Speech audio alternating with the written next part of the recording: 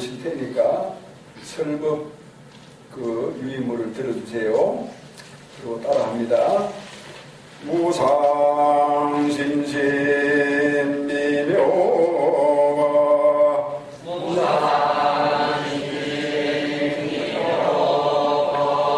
백천만금 난조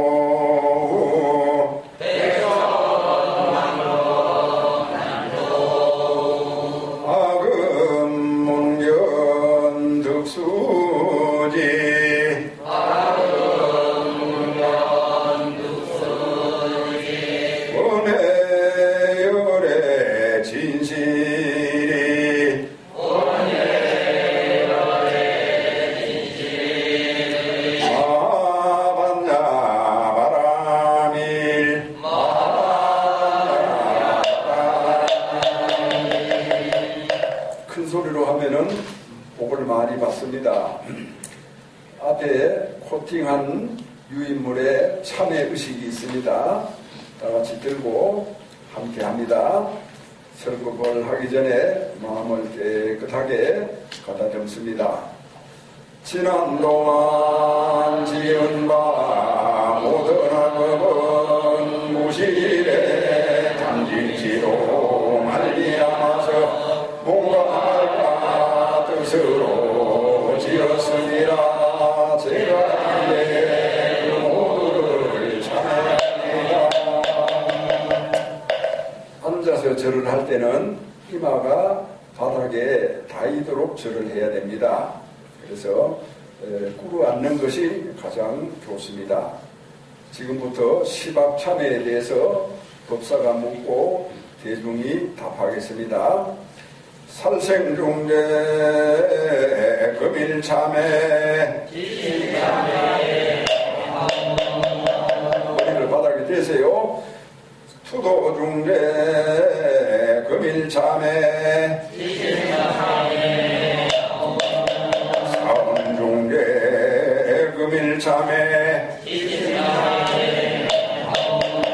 망어중대 금일참회 기여중대 금일참회 양설중대 금일참회 학구중대 금일참회 참회중대 금일참회 진해중대 금일참회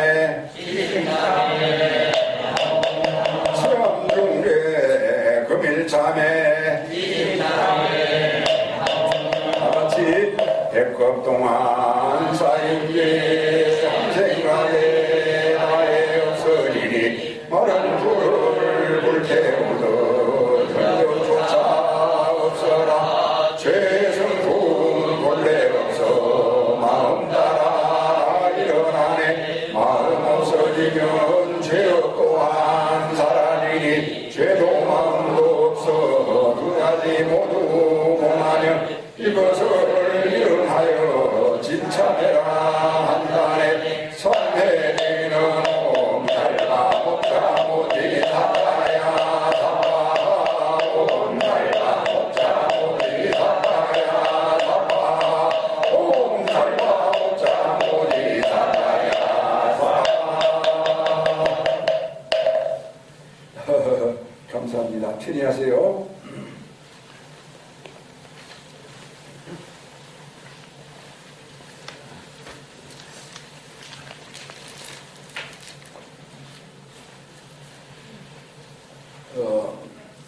호랑이한테 물려가도 정신을 차리면은 살아날 길이 있다 이렇게 말을 합니다. 여러 가지 어려운 일이 있고 힘들어도 정신을 차리고 주변을 잘 살피고 주의를 기울이면은 얼마든지 우리가 헤쳐나갈 수가 있습니다. 마스크하고 손 잘 씻고 일상생활을 여유하게 조심스러운 마음을 하면 되겠습니다. 새해 복 많이 받으세요. 이것이 이제 정월달에 이제 우리들의 인사입니다. 서로 새해 복 많이 받으세요. 비록 이제 처음 만난 관계라고 하더라도 복 많이 받으세요. 이제 이렇게 얘기하는데, 우리 부처님을 옛날 분들은 대복전이라고 불렀습니다. 큰 복전이시다. 왜냐하면 일체 중생들을 복을 짓게 하고 지혜를 얻게 하시고 열반으로 나아가게 하신다. 이렇게 해가지고 대복전이라고 그렇게 이제 부처님을 부르시고, 또 스님들을 부처님의 제자이니까 복전이다. 청렴하고 중생들을 위해서 또 불법을 위해서 한 삶을 바쳐서 살아간다. 그런 뜻이 거기에 들어있는데, 대선사께서 세간에 머무실 때 그야말로 복전이셨습니다. 불광의 신도들만의 복전이 아니고 대한민국의 복전이시고 또 이 지구상의 복전이셨습니다. 그것은 대선사께서 큰 자비심을 일으키시어서 중생을 구제하시고 인도하시기 위해서 당신의 모든 것을 다 바쳤기 때문에 그렇습니다. 그래서 우리가 이제 대선사의 제자다, 신도다 이렇게 이제 했을 때 대선사가 어떤 분이시냐 이런 것을 이제 알아야 됩니다. 그래야 대선사를 따름으로 인해서 복을 받게 됩니다. 그걸 모르면은 복을 받기는커녕 큰 업을 짓습니다. 훌륭하신 스승일수록 제자들이 삐뚤어지거나 어긋나기 쉬워요. 부처님도 그러하셨거든요. 너무나 위대하시기 때문에. 이제 그 얘기는 조금 이따 할 겁니다. 자, 이제 대선사 21주기예요. 1999년 양력으로 2월 27일 날 이 사바세계를 떠나셨습니다. 그래서 이제 이 절은 대선사께서 지으신 절이에요. 여러분이 잘 모르는 분들도 계시겠지만, 그때 당시에 불광의 돈, 공양금을 1억 6,500만 원을 처음에 주셨고, 나중에 또 땅을 사야 될 때 2천만 원을 더 주셨고, 그러면 1억 8,500만 원이죠. 1991년에. 그때, 지금도 큰 돈이지만 그때는 더 큰 돈이었어요. 그 다음에 이제 제가 이제 나머지는 시주를 했는데, 그 시주한 신도들이 누구냐? 불광 신도들이에요. 그래서 여기에 대선사께서 3년 동안 계셨기 때문에, 불광사에서는 음력으로 기일을 모시고, 여기서는 양력으로 기일을 모시는데 2000년부터 지금까지 한 번도 빠짐없이 이제 기일을 모셔왔습니다. 근데 제가 이제 불광사에 출입을 안 하고 출입을 끊고 여러분한테 알리질 않아서 이제 처음 듣는 분들도 있을 겁니다만은 이제 그렇게 쭉 해오고 오늘은 21주년째가 된다. 이렇게 이해를 하면 되겠습니다. 왜 그러냐면은 여기 이 터는 여러분이 들어와 보면서 느낀 점이 있겠지만도 대선사께서 아주 좋아하신 그런 터였습니다. 그래서 여기서 만 3년을 지내시면서 송암, 내가 여기 와서 관절이 아팠는데 많이 좋아졌어. 이렇게 이제 몇 차례나 얘기를 하시면서 여기 이 자리를 기뻐하셨습니다. 그리고 이제 이 자리에 이 법당을 짓고 산을 열었기 때문에 계산조사로 모시고 이제 그 길을 이렇게 모실 수밖에 없다. 이렇게 이해를 하시면 좋겠습니다. 그 다음에 이제 우리가 대선사를 따르면은 복을 받는다라고 제가 그렇게 말씀을 드렸죠. 그러면 대선사가 어떤 분이냐? 뭐 여러 가지로 이 얘기를 할 수가 있습니다. 제가 쓴 시공일기라고 하는 책에도 많은 얘기들이 삶의 어떤 그런 교과서적인 내용들이 들어있습니다만은 이제 여기에서는 그걸 다 말을 할 수는 없고 이제 크게 나눠서 두 가지로 볼 수가 있어요.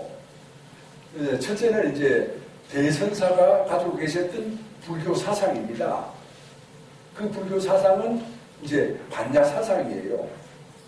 그래서 그 반야라고 하는 것은 이제 점차적으로 우리가 이제 배워나가기로 하고, 반야, 첫 번째가 반야입니다. 반야 사상. 그래서 우리가 이제 반야 사상을 알지 못하면은 대선사를 알지 못한다. 대선사를 알지 못하면은 대선사의 신도나 제자가 될 수가 없다. 된다 하더라도 대선사의 은혜와 복을 받을 수가 없다. 그런 얘기가 된다는 것이죠. 그 다음에 이제 두 번째는 뭐냐? 대선사께서 가지고 계셨던 원력입니다. 그걸 일반적으로 우리는 뜻이다. 무슨 뜻으로 이제 일생을 사셨느냐? 이렇게 이제 말을 할 수가 있습니다만은 여기서는 원력이다.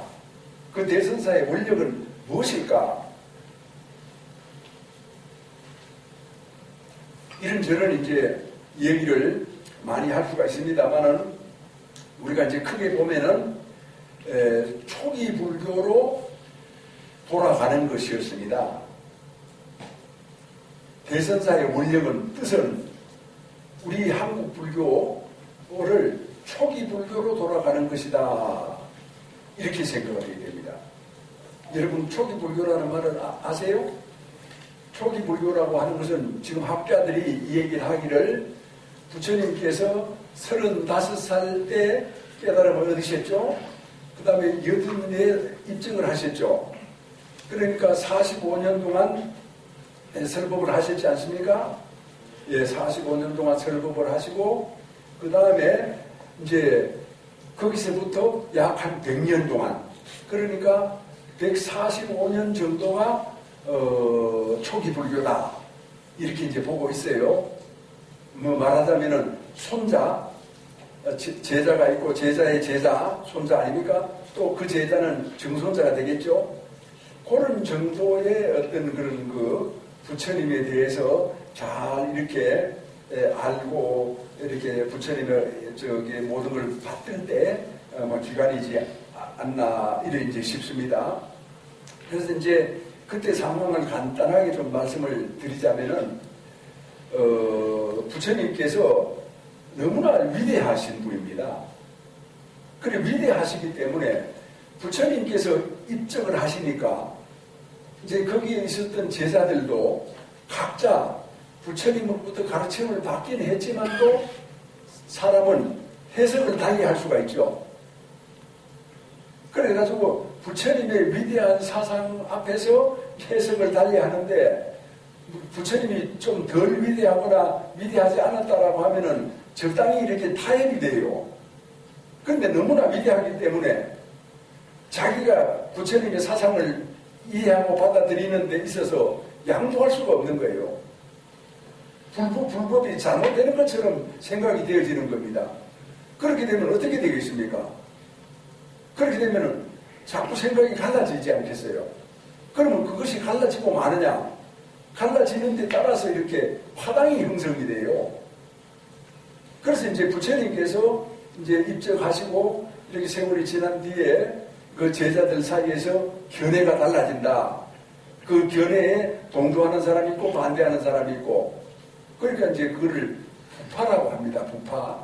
그래서 한 20개 가까운 그 이상의 부파가 형성이 되는 겁니다.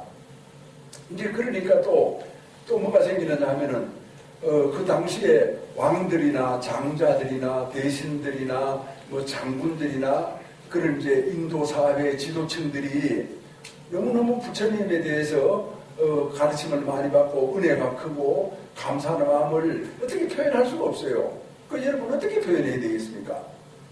세속 사람들은요, 가진 게 재물밖에 없어. 그래서 이제 자기가 가지고 있는 땅이니 논밭이 뭐 그런 좋은 것을 저리다 갖다 바쳐요. 저리다 갖다 바치는데 잘 알고 있겠지만도 땅을 갖다 바치면 땅만 갖다 바치는 게 아니거든요. 그 땅에 농사를 지을 인력까지도 갖다 바치는 겁니다. 그러면 이제 절에서 가만히 있는데도 그렇게 이제 말하자면 부자가 되는 겁니다. 그러니까 이제 절에서 그런 부자가 되니까 스님들이 탁발을 나갈 필요가 없게 되어버립니다. 그러니까 저 안에 이제 앉아서 뭘 합니까? 이제 부처님의 가르침을 자꾸 이렇게 연구를 하는 거예요. 생각을 하고 또 생각을 하고 또 생각을 하고. 그래서 예를 들어서 어떤 그런 뭐 공부를 해나가는데 거기에 대해서 생각을 하면 할수록 점점점 그쪽으로 이렇게 뻗어나가게 되거든요. 나쁜 생각도 그쪽으로 자꾸 하다 보면은 자기 이론으로 무장이 돼요. 그래가지고 싸움꾼이 됩니다. 나중에는 싸움하는데 아주 용사가 돼버리죠. 이해가 됩니까? 예, 그렇게 된 겁니다. 그러니까 부처님께서 너무 위대하시니까, 그래서 결과적으로는 이제 그렇게 많이 갈라져가지고 무슨 설일체 유분이, 대중분이, 무슨 분이 해가지고 쫙 이제 퍼지게 됩니다. 이제 그 중에서 이제 어떤 한 부에서 우리가 이렇게 하면은 안 된다. 부처님의 초기 불교로 돌아가야 된다. 이런 이제 자각이 일었어요. 자각이. 그것이 뭐냐 하면은 대승불교 운동입니다. 대승불교 운동. 대승불교 운동은 무슨 이렇게 불교하고 특별하게 다른 오늘날 상가부들은 대승을 뭐 이단시하고 그런 경향이 있거든요. 그런 것이 아니에요. 초기 불교로 돌아가자. 그것이 이제 대승의 순수 정신이에요. 이 점을 잘 이해를 해야 됩니다. 자, 그런 이제 점을 이제 가지고 있다라고 했을 때, 그러면은 우리 오늘날 불광, 이 불광 운동은 뭐냐? 그래서 저는 대선사께서 생전에 계셨을 때도 그렇게 말씀을 드렸습니다만은 불광 운동은 제2의 대승불교 운동이다. 아마 기가 번쩍 뛰는 분들도 있을 겁니다. 불광 불자라면 기가 번쩍 뛰어야 돼요. 일어나서 춤을 춰도 좋아요. 이 기가 막힌 일이거든요. 대선사께서 새로운 불교 운동을 일으키셨다 이래 하니까 사람들은 그걸 이해를 못하고 초창기에 말입니다. 다른 스님들이나 다른 신도들은 불광은 좀 이상하다 이런 식으로 표현했습니다. 뭐 불교가 정통 불교 아닌 것처럼 이렇게 표현을 했거든요. 그는 이제 그거는 초기 불교를 몰라서 그래요. 그래서 대선사께서는 반야라고 하는 가르침을 가지고 초기 불교로 돌아가자. 이게 이제 불광 운동이고 한국 불교를 건지는 것이고 또 한국 불교를 이끌어가는 새 물줄기다. 새로운 물줄기다. 이거는 새 물줄기라는 말씀은 대선사께서 당신이 직접 하신 말씀이에요.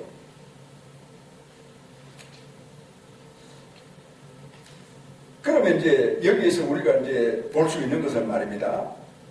뭐를 보느냐 하면은 이 초기 불교에서 법등 운동을 봐야 됩니다. 두 번째는 정법 운동을 봐야 됩니다. 세 번째는 부촉을 봐야 됩니다. 이것이 이제 초기 불교의 가장 강력한 정신이에요. 자, 우리가 부처님 세계를 잘 알아야 돼요. 사상도 알아야 되지만 부처님의 어떤 그런 행위하신 사실을 구체적으로 알아야 된다 이런 뜻입니다. 예를 들면 구체적으로 설명을 한 가지만 하겠습니다.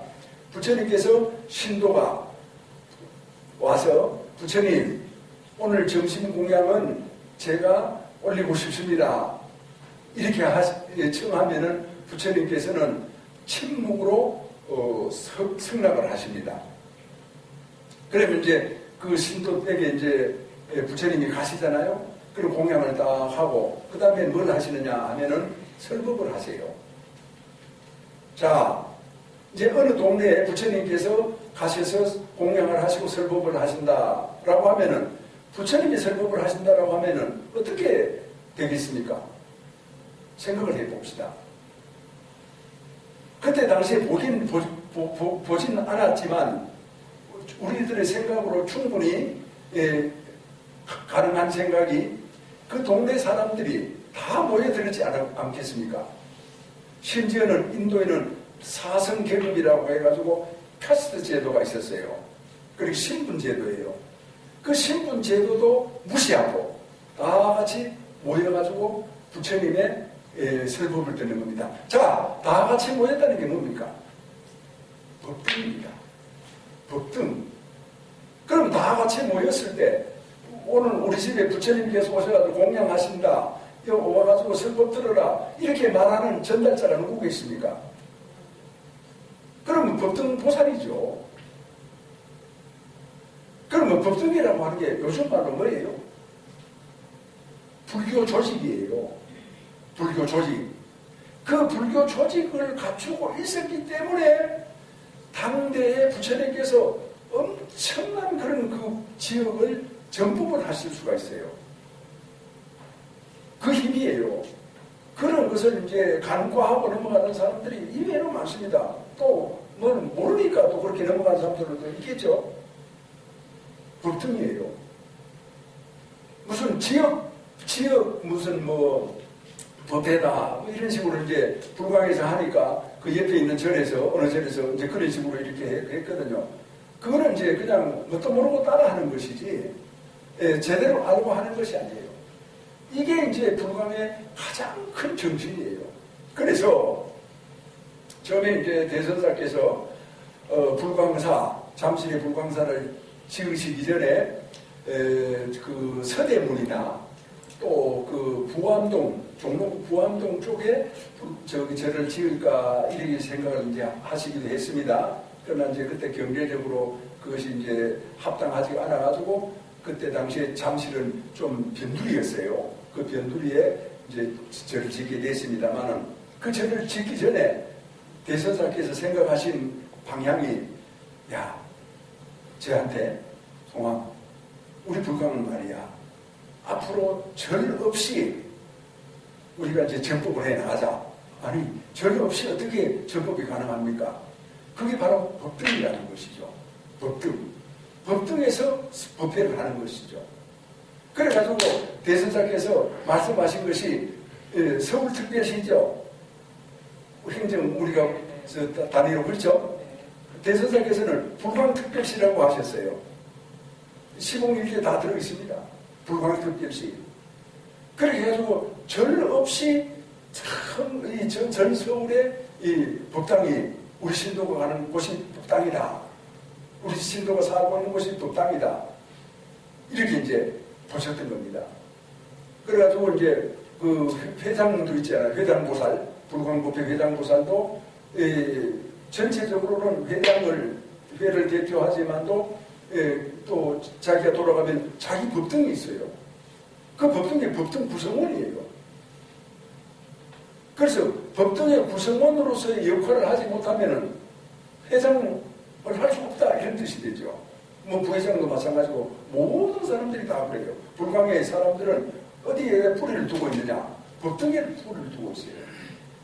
그래서 법등에서 이제 그 이웃에 어떤 사람이 우리 집에서 불교 모임을 하는데 오늘 큰 스님이 오시는데 한번 와봐라. 이렇게 이제 이끌어 주잖아요. 그래 이끌어 주는 사람을 선지식이라고 했습니다. 선지식. 나를 처음 불교를 이끌어 주는 사람. 나를 불교를 지도하는 사람. 그러니까 그 선지식은 자기보다가 나이가 더 적을 수가 있어요. 사회적인 지위가 낮을 수도 있어요. 경제적으로 우리가 이제 더 못할 수도 있어요. 그런 것이 무슨 소용입니까? 부처님 가르침 앞에서.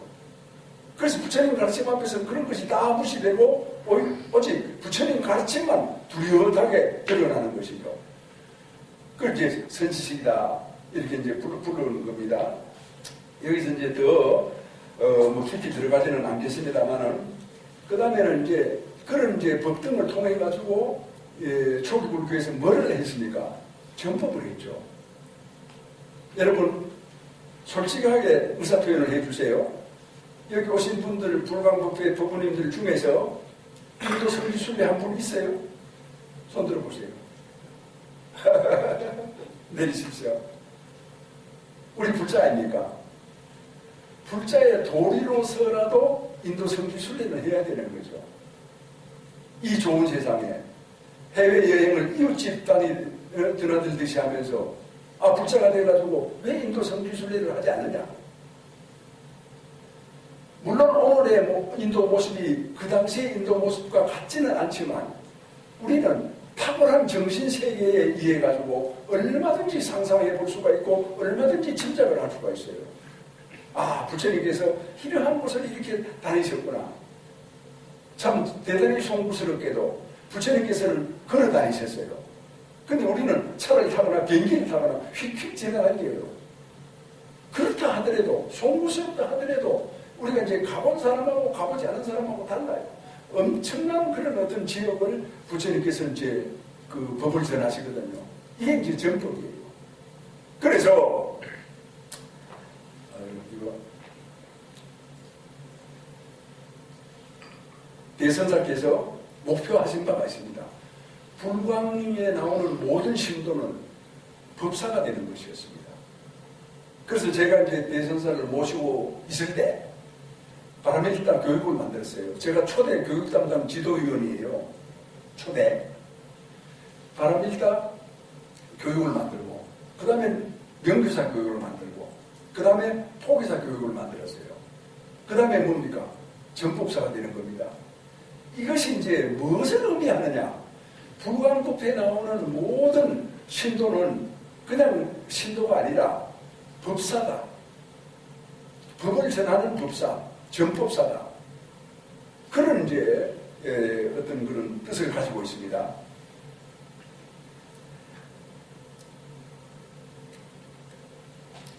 그 다음에는 이제 세 번째는 우리가 이제 부촉을 우리가 생각해 볼 수가 있습니다. 부촉이라고 하는 것은 7정례에 보면은 다섯 번째 뭐가 나옵니까? 지심기명례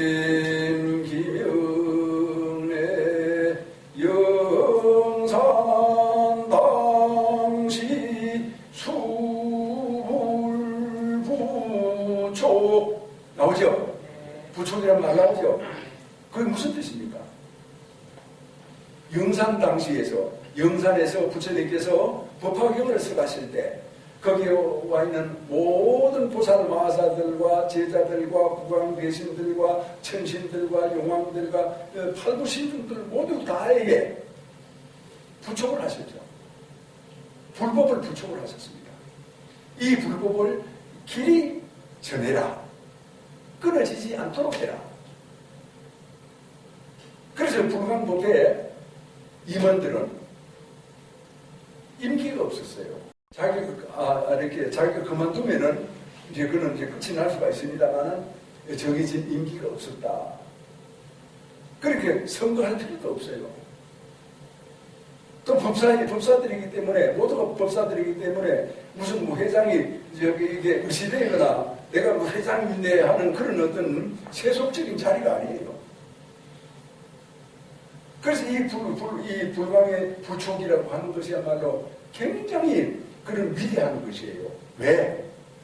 부처님으로부터 바로 이어져 내려온 어떤 그런 불교 제도예요. 그래서 이런 부촉의 정신을 우리가 이제 모르면은 딴 일을 하게 되고, 딴 생각을 하게 되고, 이상하게 굴러가게 되어 있습니다.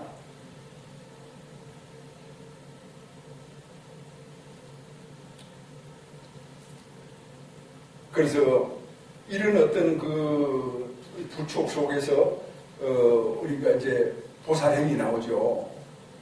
내가 이 세상에 태어나서 죽을 때까지 불법을 전하고 불법을 받들고 또 불법을 위해서 살다가 죽겠다.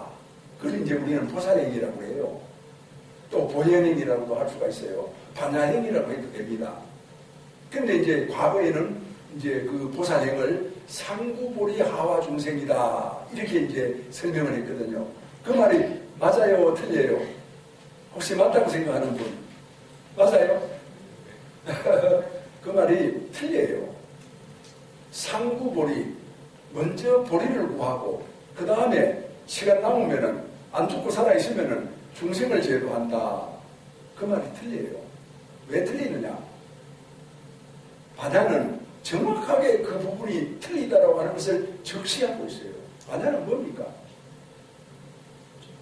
남을 돕는 것이 바로 자기를 돕는 것이고, 남을 가르치는 것이 바로 자기를 가르치는 것이고, 남을 깨닫게 하는 것이 바로 자기를 깨닫게 하는 거거든요. 그러니까 이 다행이 바로 자기를 위한 그런 어떤 그 수행이라고 하는 그런 것이죠. 그래서 아까 보현 십종행원도 낭송을 했습니다마는 이 보살행, 보현행은 끝이 없어요. 내 생명이 영원하므로 나의 서원도 영원하다. 내 생명이 영원하므로 나의 참회도 영원하다. 이렇게 이제 그 보현행 경이 그렇게 나가고 있거든요. 그런 거 다 보셨죠? 자, 그랬을 때 그러면 왜 한국 불교에 그게 이제 불광이 세 물줄기였느냐? 한국 불교의 현주소를 알아야 돼요. 자, 이제 여러분들이 다들 훌륭하게 많이 배운 분들이기 때문에 생각이 깊을 줄을 알고 있습니다. 조선시대를 우리가 이제 뭐라고 합니까? 그 학자들이 숭유업불시대라고 그러죠. 그 말이 맞다고 생각하는 분. 아, 그래요? 숭유업불. 예, 맞다. 교육의 힘이라고 하는 게 이렇게 큰 것 같습니다. 자, 숭유업불이 아니라 숭유폐불입니다. 숭유업불이라고 하는 것은 유교를 떠받들고 불교를 이렇게 억누른다라고 하는 것이지만 폐불이라고 하는 것은 불교를 그냥 없애버리는 거예요. 아니, 스님. 그때 왕들이 다 또 부처님도 믿고 뭐 절도 짓고 뭐 이래 했는데 어떻게 그렇게 심하게 말씀을 하십니까? 이러거든요. 그거는 생각해 보세요. 자기가 필요로 해서 무슨 뭐 공주가 병이 들었다든지 공주가 뭐 아들을 낳겠다든지 아니면 어머니 아버지를 위해서 뭐 한다든지 자기 어떤 그런 뜻에 따라서 이제 한 것이지 불교를 위해서 한 거 아니에요. 세종대왕이 어마어마한 불자죠. 그 세종대왕이 어마어마한 불자여도 그 상태에서 머물렀어요. 세종대왕을 저는 자랑스럽게 생각을 하고 또 불자로서 아주 훌륭한 분이거든요. 그 얘기 뭐 나중에 이제 할 기회가 있으면 하겠습니다만 아무튼 이제 그렇게 했는데 왜 억불이 아니고 억불이지 않고 폐불이냐 이렇게 이제 본다라고 하면은 불교의 가장 중요한 기능이 뭡니까? 불교의 가장 중요한 기능. 그게 이제 설법하는 거예요. 법을 설하는 거거든요. 법을 설해야만이 법을 듣고 자기를 바라볼 수가 있어요. 자기를 바라보면은 잘된 것도 있고 기울어진 것도 있고 부족한 것도 있고 때묻은 것도 있고 무엇이 온갖 것이 다 보이거든요. 그 보였을 때 알아야 자기를 정리할 수가 있고 자기를 조절할 수가 있고 자기를 가다듬을 수가 있고 자기를 향상할 수가 있어요. 모르면은 안 돼요. 모르면은 스승이 얘기를 해도 알아듣지 못해요. 딴소리를 해요. 무슨 소리 하느냐고 자기 주장을 내세워요. 모르니까. 그런데 설법을 들으면 자기가 보여요. 여기 앉아있는 분들이 설법을 들으면서 저는 이런 말 한 가지만 하지만 이 설법 듣는 분들은 과거 10년 전, 20년 전의 일들도 슬며시 이렇게 떠올라가지고 그런 것이 비칩니다. 아이고 내가 그때 참 잘못해서 조금만 참았으면 됐을 텐데 설법하고 아무 관계가 없는 것도 떠오르지 않습니까? 왜 그렇습니까? 그게 번뇌입니까? 번뇌가 아니죠. 왜 그러느냐? 진리 거울에 딱 이렇게 서 있으면 자기 모습이 다 보인다는 겁니다. 생전 생각지도 않고 중학교 때 아무개 친구하고 싸웠는데 그 이후에는 한 번도 그 싸울 생각을 한 적이 없거든요. 아, 그런데 말이지. 어느 날 그 법에 절에 가서 설법을 듣는데 그 생각이 뚝 떠오르는 거야. 야, 그 생각이 어디 갔다 지금 나타나느냐 이거죠.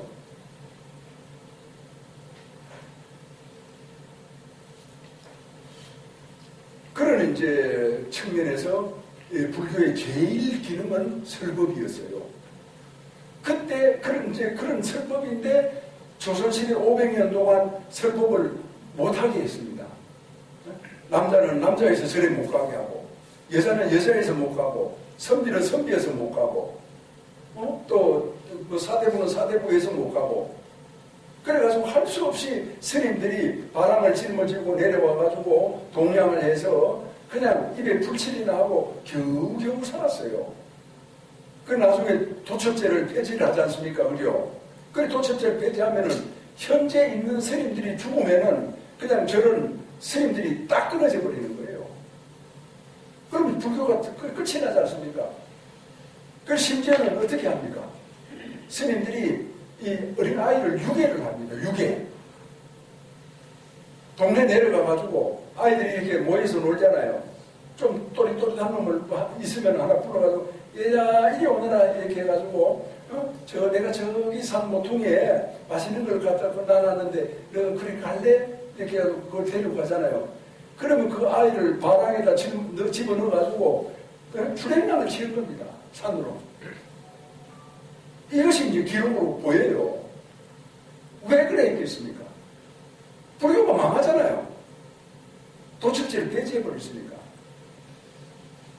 그런 한스럽고 어떤 그런 비뚤어지고 어둠 가득한 그런 시절이 5달이 아니고 50년이 아니고 500년이 동안 계속됐던 겁니다.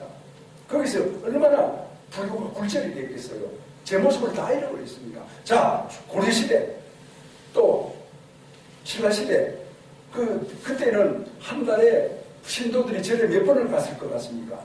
아는 분? 8번을 갔어요. 8번. 팔관제계라고 하는 거 들어봤어요? 팔관제계 1이 있어요. 그때는 이제 몸과 마음을 정결히 하고 절에 가가지고 뭐 하겠습니까? 설법 듣죠. 그러면 한 달에 8번을 절에 가면은 일주일에 2번 절에 갔다는 거 아닙니까?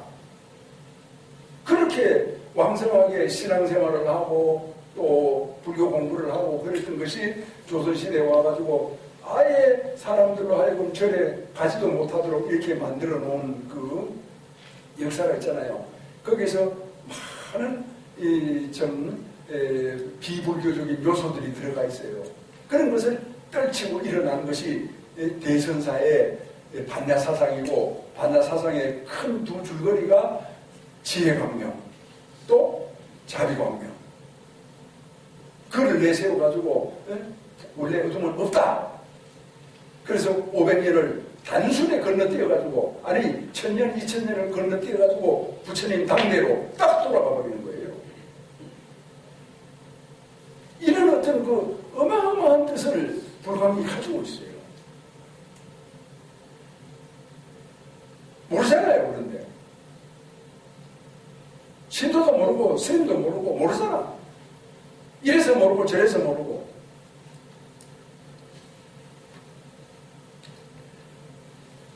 아무튼 우리는 이제 이 불광이다라고 하는 것에 몸을 담고 인연을 같이 한 그런 참 희유한 인연을 가진 동지들입니다.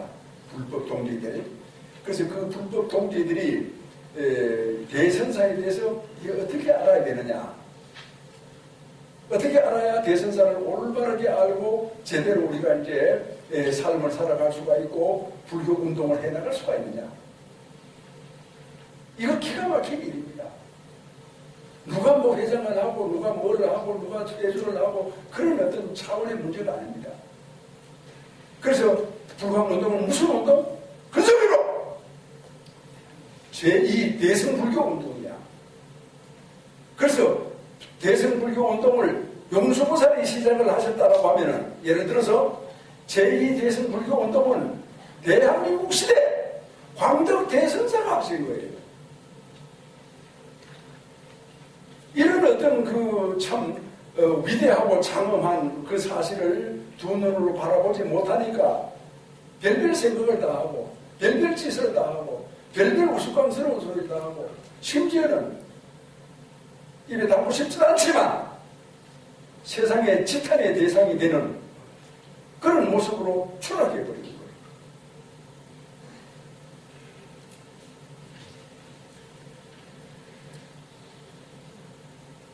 얘기를 하려고 하면은 끝이 없습니다. 차차 이제 우리가 이제 공부를 하면서 나머지는 이제 보태에 나가면 되고 서로 의논하고 묻고 질문하고 닦아나가면 이제 되는 거거든요. 그렇기 때문에 가장 중요한 것은 바른 생각을 하는 거. 그러니까 눈을 빡 뜨는 거. 눈만 뜨면 돼요. 눈만 뜨면은 거기가 아주 험지여도 벗어날 수가 있어요. 복지로 만들 수가 있어요. 그러니까 눈을 감으니까 비록 복지라고 하더라도 험지가 되어버렸어. 그렇죠. 눈 감은 사람한테는 험지지. 복지가 될 수가 없잖아요. 이런 어떤 그런 뜻과 뜻을 알고 거기에 따르는 사명을 가지고 우리가 이제 불광운동, 불교운동 또는 그런 이제 부처님의 가르침을 통해 가지고 내 인생을 이제 참 잘 살아나가야 된다. 이제 그런 이제 의미가 됩니다. 그래서 제가 여기서 이렇게 살고 있으면서 다시는 불광의 발걸음을 하지 않겠다 이렇게 이제 생각을 하고 제가 할 수 있는 일이 뭐냐 이래가지고 이제 대선사께서 입적을 하시자마자 티베트라고 하는 곳에 거기 고원이거든요. 그 고원 위에 또 고원이 있어요. 고원은 이제 보통 3,500m 이상이 고원인데 그 고원 위에 또 고원이 한 5,000m 정도 돼요. 그 티베트 창탕고원이라고 그래요. 그 창탕고원에 수미산이 있는데 그 수미산에 대선사 환생 기도를 다녀왔어요. 3차례나. 그러면서 이제 시봉일기를 쓰고 내가 불광에 가지 않는다 하더라도 나는 내가 대선사께 입은 은혜에 10분의 1, 100분의 1이라도 내가 이렇게 이제 조금이라도 보답을 했으니까 이제 나머지는 다음 생에 또 대선사를 만나 뵈면은 이제 그때 또 하면 되지 않겠나 이런 이제 생각을 했습니다만은 얼마 전에 무슨 일로 다시 이제 불광에 가게 된 거예요. 그리고 또 오늘 이제 그런 인연으로 이제 여러분께서 여기까지 일부러 이렇게 와주셨잖아요. 마스크를 하고 이 참 그 무서운 전염병이 왔다 갔다 한다는 이런 속에서도 용기를 가지고 오신 거예요. 병도 말입니다. 용기 있는 사람은 무서워해요. 그러나 조심성이 없고 함부로 하는 사람은 병이 깔아봐요. 그래서 우리가 조심하고 또 우리가 어떤 규칙을 잘 지키고 이렇게 하면서 일상생활을 우리가 늠름하게 이렇게 해나간다라고 했을 때 거기에서 불사의 어떤 그런 참 면모가 있게 되는 겁니다. 아무튼 오늘 배설법은 뭐 길게 할 수가 없고 또 대선사 이제 기일이기 때문에 이제 제를 올리게 됩니다. 그리고 오늘 올리는 제 내용은 제가 이제 대선사로부터 전수를 받은 그런 어떤 형식인데 그 성철 큰 스님 아세요? 다 아시네. 성철 큰 스님이 대선사의 사형님이에요. 그러니까 저하고 지정 스님하고 관계하고 똑같아요. 근데 이제 성철 큰 스님이 가장 좋아한 동생이 바로 대선사예요. 근데 이제 성철 스님께서 공부를 많이 해보니까 자기 할아버지가 그러니까 용성조사예요. 용성조사께서 가장 훌륭하셨다라고 하는 걸 나중에 깨닫게 됩니다. 그래가지고 그분이 성철 종정께서 자기 할아버지를 위해서 제문을 지어요. 그러니까 제를 올리는 그런 그 형식을 만드는 거예요. 할아버지를 위해서. 그래서 그거를 이제 대선사께서 받아가지고 불광에서 항상 그 의식문으로 이제 동산노사, 소천노사 이렇게 이제 제를 올렸거든요. 제가 이제 연구를 하고 대선사께서 나오셔서 절을 하시고 그러겠습니다. 근데 지금은 이제 물론 제가 연구하는 것 같습니다만은 이제 대선사께 올리는 그런 연구이 되고 말았습니다. 아무튼 그런 형식으로 해서 오늘 이제 제를 올리고 또 오늘 이제 우리 이제 또 비안사에는 매달 한 번씩 조상님 천도를 올립니다. 저기 우리 불교는 제도해야 될 중생이 두 가지예요. 첫째는 눈에 보이는 중생. 또 두 번째는 눈에 보이지 않는 중생. 자, 눈에 보이는 중생은 누굽니까? 우리들이죠. 그 다음에 보이지 않는 중생이다. 이렇게 말을 한다면은 바로 우리 조상님입니다. 아이고, 스님, 그런데 저는 여기 저기 우리 조상님 모셔놓지도 않았는데 뭐 저기 지내면 뭐합니까?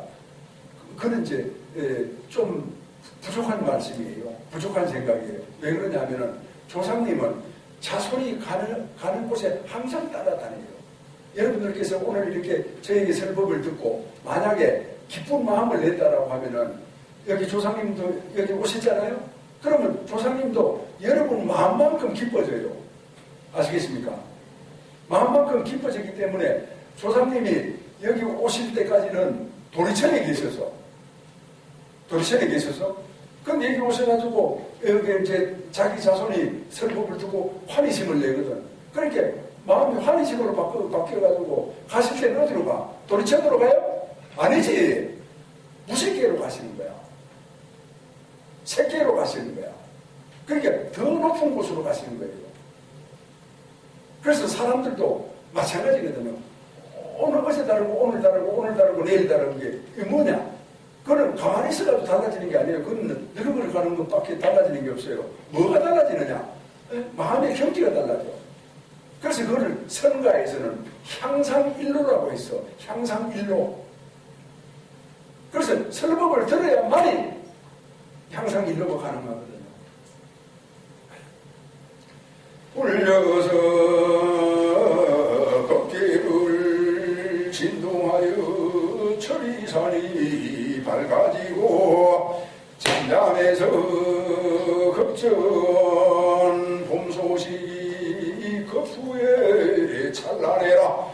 일찍이 형상으로 모령상을 들쳤으니 도솔산이 당당하여